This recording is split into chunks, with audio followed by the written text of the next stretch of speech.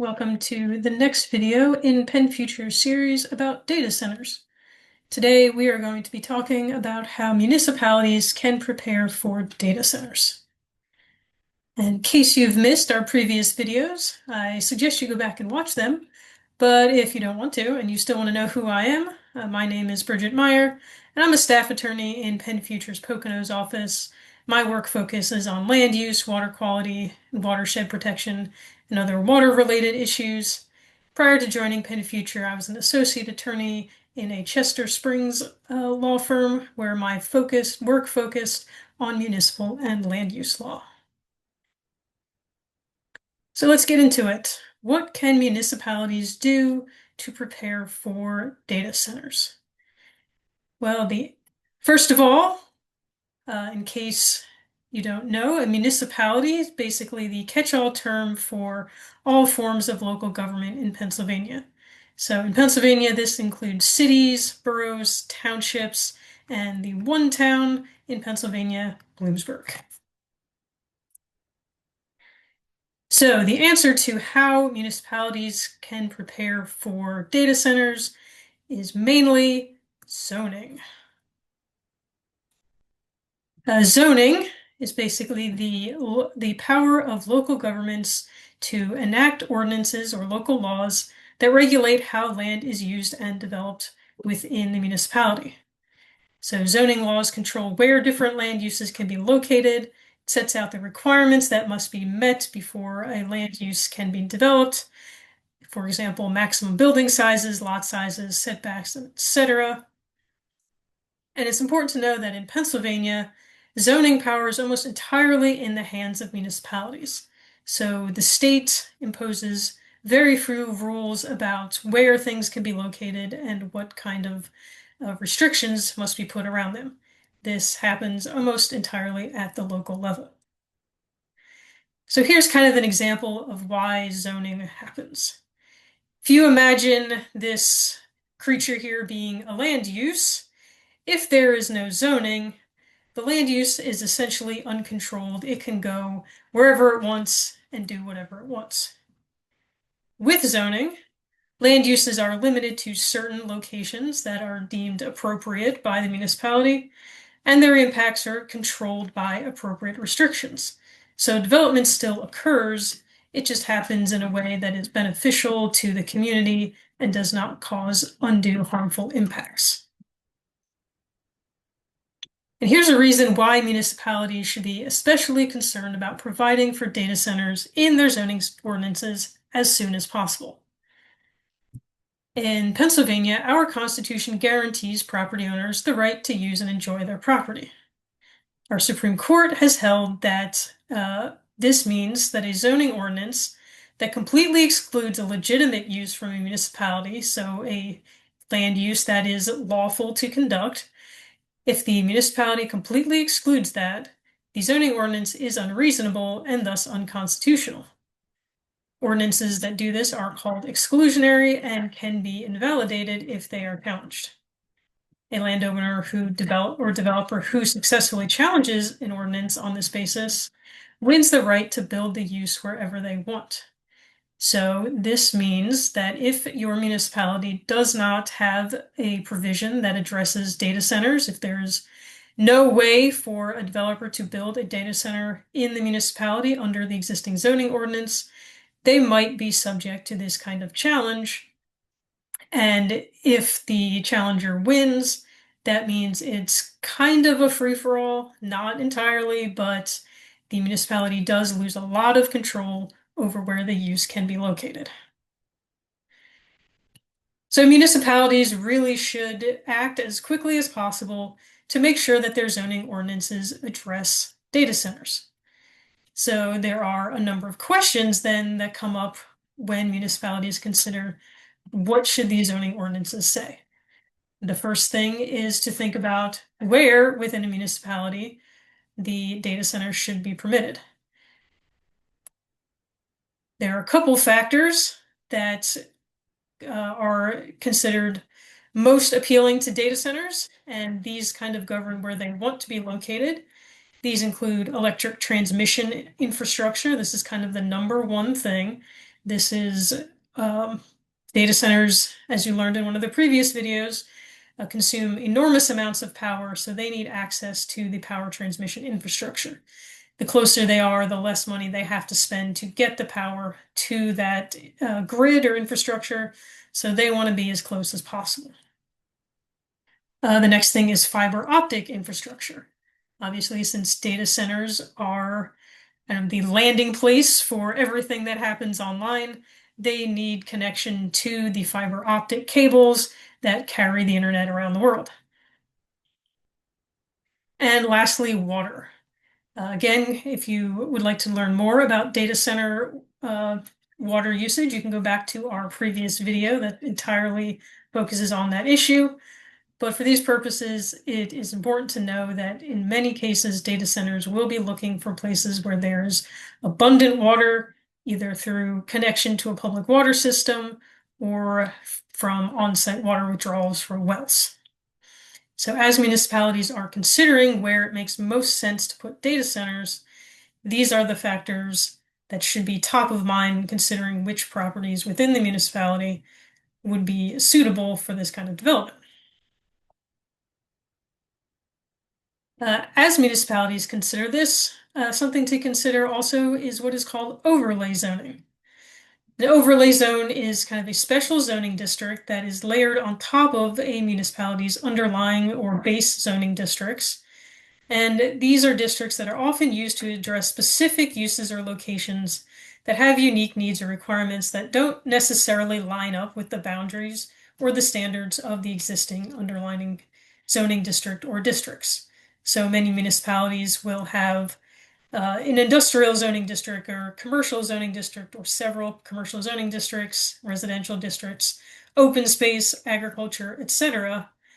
And by and large, these districts are areas where the types of uses that are allowed in these districts make sense in that entire district. Because data centers have some kind of specific requirements that are not necessarily shared by other uses, it may not make sense to zone an entire existing zoning district to allow for data centers. Just as an example, as an overlay zoning district, here is a piece of the zoning map of Pocono Township in Monroe County. And you can see here that they have a commercial zoning district, which is this peach color. And then kind of over top of that commercial zoning district, they have what is called their enterprise park overlay, which is the district where certain uses such as warehouse distribution centers are permitted. So these are kind of a subset of properties within the commercial zoning district that the township has determined are appropriate for this specific use. So the overlay places those uses in this limited area. A similar approach in many cases would make sense for data centers. So once a municipality determines where data centers should be located, the next question, of course, is what should zoning ordinances address as far as regulations that are placed on the data centers? By and large, zoning focuses on how the use of land affects the community, and it seeks to balance the benefits and drawbacks of various land uses. So this is the overarching philosophy that should guide the decisions that govern the types of restrictions that should be put on data centers. As for the types of restrictions, PennFuture recommends certain categories. It is difficult in a video like this to make very specific predictions just because every municipality is different. But here's a couple categories that we think should be considered in any zoning ordinance that's addressing data center uses. The first is lot size. So what is the minimum amount of property that one could build a data center? How much of that property can be covered by impervious surface, which is, buildings and pavement and essentially anything that water cannot penetrate. Another factor would be woodland disturbance. If a data center comes and wishes to build on a site that already has forest, what portion of the trees can be removed from that site? We also strongly recommend that ordinances look at water consumption. Data centers should not be permitted in places where it's not demonstrated that there is adequate water supply. So applicants, we believe, should be made to show a will serve letter or essentially a something from the water utility that says that the public water utility is willing and capable of serving the use and how much water they want to consume. Or if they do not intend to connect to a public water utility, a feasibility study to demonstrate that the amount of water available is sufficient for the use and it will not cause a detrimental impact to other water users in the area.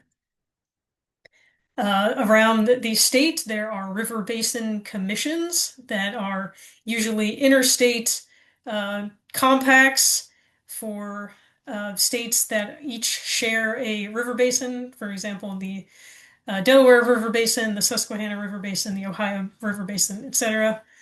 Often these commissions require some kind of approval if water withdrawals exceed a certain amount.